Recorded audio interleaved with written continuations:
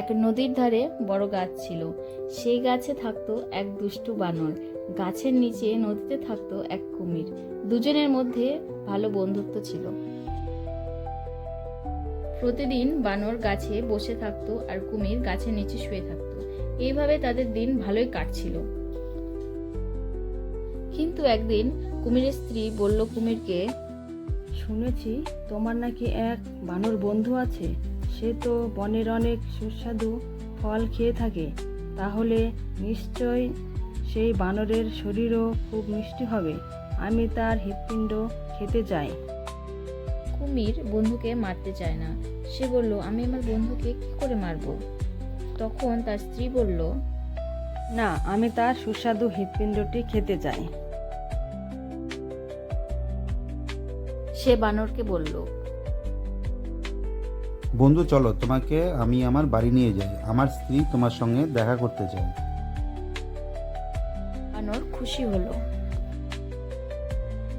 খুশি হয়ে, ঠিক আছে বন্ধু, আমি তোমার পিঠে চড়ে বসছি বলে পিঠে চড়ে বসলো।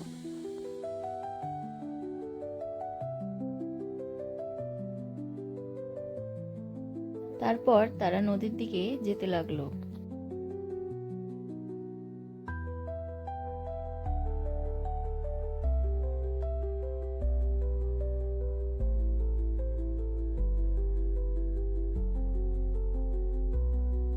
তারা মাঝ নদীতে পৌঁছালো। মাঝ নদীতে পৌঁছানোর পর কুমির ভাবলো, না, আমি সত্যি কথাটা বলে দিই। বানর তখন ভয় পেয়ে গেল, কিন্তু মুহূর্তে বানর বুদ্ধি খাটিয়ে বলল,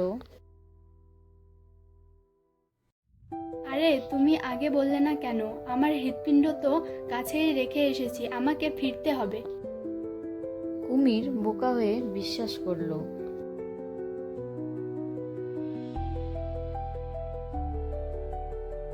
তখন কুমির বানরকে ফিরিয়ে নিয়ে এলো।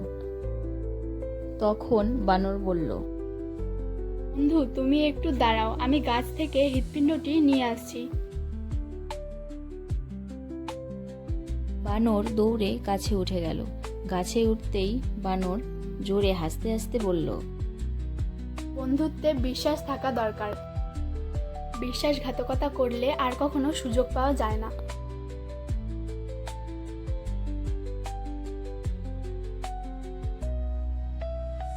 তারপর সে আর কখনো কুমিরের সঙ্গে কথা বলেনি। গল্পটিতে আমরা এটা জানতে পারি যে বিশ্বাস ভাঙলে বন্ধুত্ব নষ্ট হয়। বন্ধুরা, ভিডিওটি কেমন লাগলো অবশ্যই কমেন্ট করে জানিও। আর প্লিজ আমাদের চ্যানেলটিকে লাইক সাবস্ক্রাইব করতে ভুলো না।